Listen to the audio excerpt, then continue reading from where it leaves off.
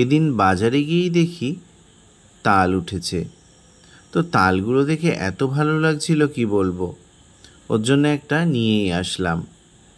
আর এই তাল দিয়ে বানালাম একটা দুর্দান্ত স্বাদের রেসিপি। আজকাল মানুষ ভীষণ যান্ত্রিক, একটুও কষ্ট করতে চায় না। আর কষ্ট না করলে কেষ্ট কি পাওয়া যায়? তো আজকে এই তালের যে রেসিপিটা বানাবো তার জন্যে কিন্তু একটু পরিশ্রম করতে হবে। আর একটু দেখে নিন কিভাবে আমি তালটা ছাড়াই।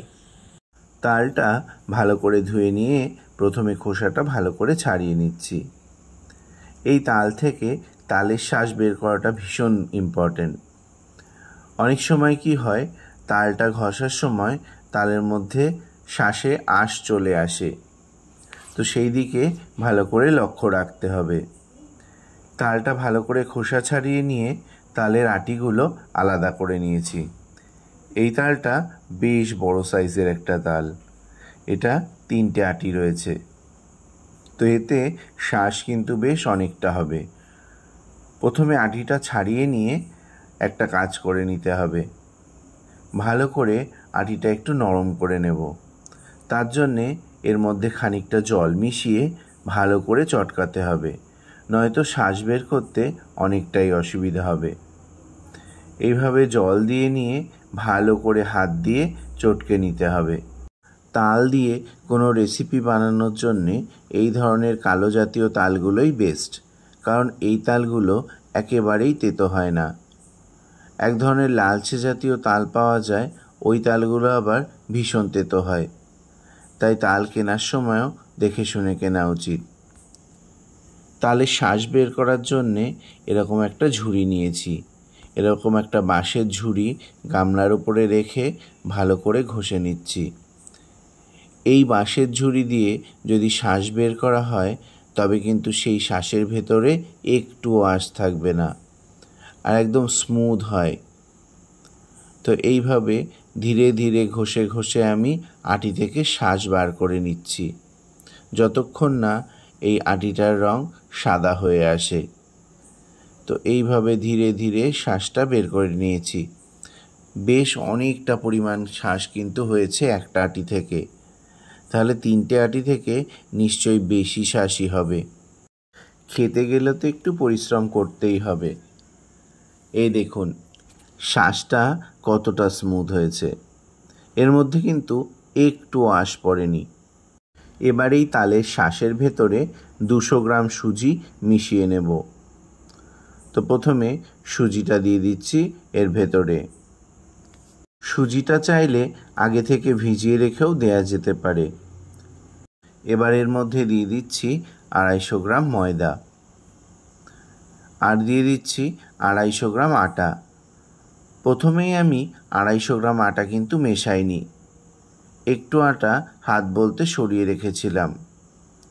আর এর মধ্যে দিয়ে দিচ্ছি পরিমাণ মতো চিনি আর একটু স্বাদ মতো লবণ।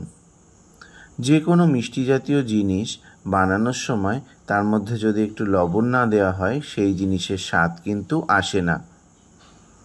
তো এই সমস্ত উপকরণগুলো ভালো করে মিশিয়ে নিয়ে হাত দিয়ে ভালো করে মিক্স করে নেব। এই মিশ্রণটা ভালো করে মিশিয়ে নিয়ে হাত দিয়ে চটকে নেব। এই দেখুন মিশ্রণটা কিন্তু একটু নরম নরম হয়েছে, তাই আগে থেকে সরিয়ে রাখা আটা মিশিয়ে দিচ্ছি পুরোটাই, দিয়ে ভালো করে মেখে আলাদা করে সরিয়ে রাখবো ঘন্টাখানেক। যেহেতু এর মধ্যে চিনিগুলো আর সুজিগুলো দিয়েছি, এটা গলতে একটু সময় লাগবে। গ্যাসটা জ্বেলে নিয়েছি, নিয়ে কড়াইটা বসিয়ে দিয়েছি, আর কড়াইতে দিয়ে দিয়েছি সানফ্লাওয়ার অয়েল। তেলটা ভালো করে গরম হতে থাকুক, কারণ এই বড়াটা আমি কিন্তু একদম লো ফ্লেমে ভাজবো।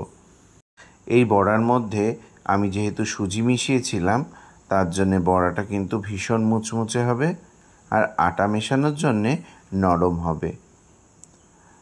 তো এইভাবে তেলের মধ্যে সুন্দর করে করে গোল গোল করে ছেড়ে দিচ্ছি বড়ার আকারে, আর ভেজে নেব লাল লাল করে।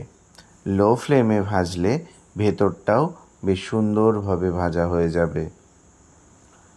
এই সমস্ত বড়ার রেসিপি বানানোর জন্যে একটু কিন্তু ধৈর্য ধরে বানাতে হয়, নয়তো বাইরেটা পুড়ে যাবে আর ভেতরটা কিন্তু কাঁচা থেকে যাবে। এইভাবে লো থেকে মিডিয়াম ফ্লেমে ভাজলে সবসময় বড়াগুলো কিন্তু ভালো হবে। রান্না কিন্তু অনেকেই অনেকভাবে করেন, শুধুমাত্র টেকনিক অ্যাপ্লাই করে অল্প জিনিস দিয়েও রান্না কিন্তু দারুণ টেস্ট হয়। তো বড়াগুলো বেশ উল্টে পাল্টে ভেজে নিয়েছি, আর দেখুন একদম রসগোল্লার মতো ফুলে উঠেছে। তো বড়াটাও প্রায় হয়ে এসছে, এবার তুলে নেব। এই দেখুন, বড়াগুলো দেখেই কিন্তু ভীষণ লোভ লাগছে। আর ভিডিওটি কেমন লাগলো অবশ্যই জানাবেন। ভালো লাগলে লাইক করবেন, কমেন্টস করবেন, আর অবশ্যই আমার পাশে থাকবেন। এবার সার্ভ করে নিচ্ছি। এই বড়াগুলো প্রথমে একটু তেতো লাগে গরম অবস্থায়, কিন্তু ঠান্ডা হলে একদম পারফেক্ট। দেখুন তো কেমন হয়েছে বড়াটা। এবার একটু টেস্ট করে দেখে নিচ্ছি। অসাধারণ হয়েছে। তো আপনারাও ঝটপট বানিয়ে ফেলুন দুর্দান্ত স্বাদের এই তালের বড়া। আপনাদের অসংখ্য ধন্যবাদ।